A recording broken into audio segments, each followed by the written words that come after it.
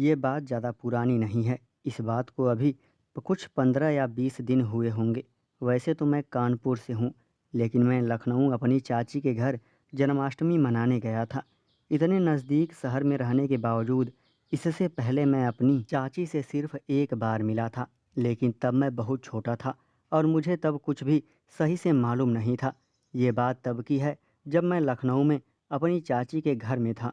उनके घर में 3 लोग हैं, चाची, चाचा और उनका एक 15 साल का लड़का है। उनके पति यानी मेरे चाचा दिन में काम पर होते थे और उनका लड़का राहुल स्कूल चला जाता था।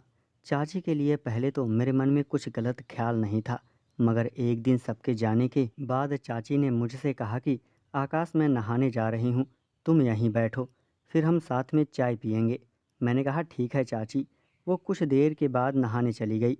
जब वो नहा चुकी तो उन्होंने मुझे आवाज़ लगाई और कहा, आकाश बेटा, ज़रा वहाँ मेरा टावल पड़ा होगा, दे देना, मैं भूल गई हूँ। मैंने कहा जी चाची, अभी लाया। मैं टावल लेकर बाथरूम की तरफ गया और चाची को बाहर से बोला, ये लो चाची, आपका टावल। चाची ने दरवाजे के पीछे से ही हाथ बाहर करके टावल ले ली, लेकिन फिर भी मैं कुछ गलत नहीं सोचा। मैंने मन में सोचा कि होता है कभी कभी। फिर मैं वापस सोफे पर आकर बैठ गया और चाची का इंतज़ार करने लगा। फिर कुछ देर बाद चाची बाथरूम से निकली। जब वो बाहर निकली तो मैं पागल ही हो गया। वो एक नाइटी पहन कर आई थी। उनको देखकर मुझे मेरे पुराने दिन याद आ गए। मैं तो बिल्कुल पागल जैसा ही हो गया। मैं बस लगातार उनको देखे ही जा रहा था। उन्होंने मुझे अपनी तरफ देखते हुए देख लिया। चाची ने पूछा, आकाश बेटा, तुम मुझे ऐसे क्यों देख रहे हो? मैं, कुछ नहीं चाची, आज पहली बार मुझे पता चला है कि परियां स्वर्ग में ही नहीं, यहाँ धरती पर भी रहती हैं, जिनमें से एक आप हैं। आज आप बहुत सुंदर लग रही हैं। कहाँ छुपा कर रखी थी आपने इतनी सुंदरता? वो मेरे मुंह से ये सब बातें सुनकर चाची को शर्म आ गई और वो बिना कुछ बोले बस हल्की सी मुस्कुराहट के साथ अपने कमरे में चली गईं। अब तो मेरा बुरा हाल हो गया। पहली बार मैंने अपनी चाची को देखा था। सच में वो बहुत खूबसूरत लग रही थी। अब मेरे दिमाग में बस चाची ही चाची थी। फिर थोड़ी देर बाद चाची उसी नाइटी में आई और उन्होंने पूछा, चाय पीनी है? मैंने हाँ कर दिया। फिर वो चाय बनाने चली गई। थोड़ी देर बाद उन्होंने मुझे आवाज़ लगाई, आकाश बेटा, ज़रा यहाँ आना। मैं उनके पास गया तो वो बोली, बेटा ज़रा वो डिब्बा उतार देना, काफ़ी ऊपर है। मैंने कहा ठीक है, अभी उतार देता हूँ। मैंने वो डिब्बा उतार कर उनको दे दिया। कुछ देर बाद चाची बोली, एक बात कहूँ आकाश बेटा? मैंने कहा हाँ कहिए। उन्होंने कहा, क्या मैं सच में सुंदर लग रही थी?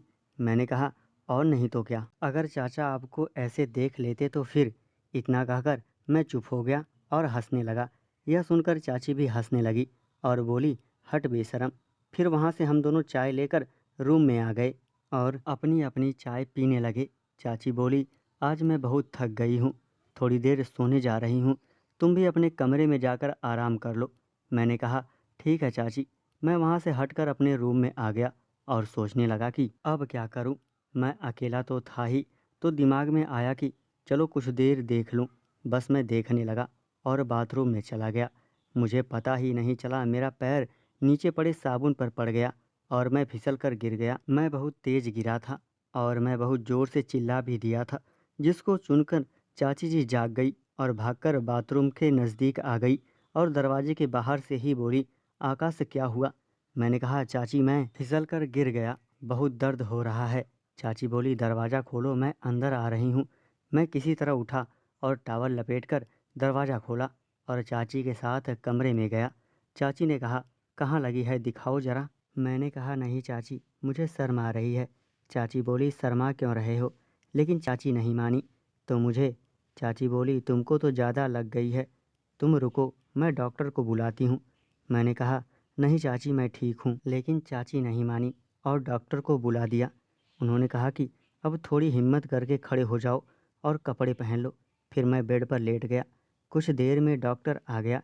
सब कुछ देखने के बाद उसने कुछ दवाई लिखी। ये कहकर डॉक्टर अपनी फीस लेकर चला गया और मैं सो गया। कुछ देर बाद चाची ने मुझे उठाया और चाय देकर बोली, मैं मार्केट से तुम्हारी दवाई ले आई हूँ।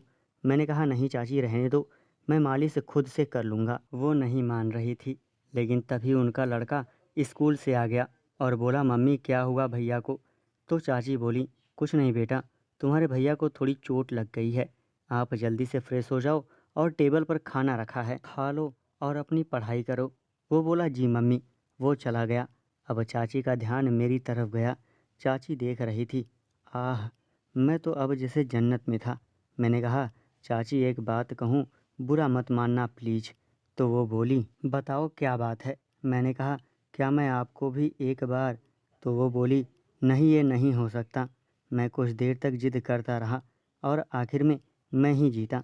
बोली, लेकिन ये बात किसी को भी पता नहीं चलना चाहिए। मैंने कहा, मैं क्यों किसी से कहूँगा, मैं तो यहाँ से 2-3 दिन बाद चला जाऊँगा।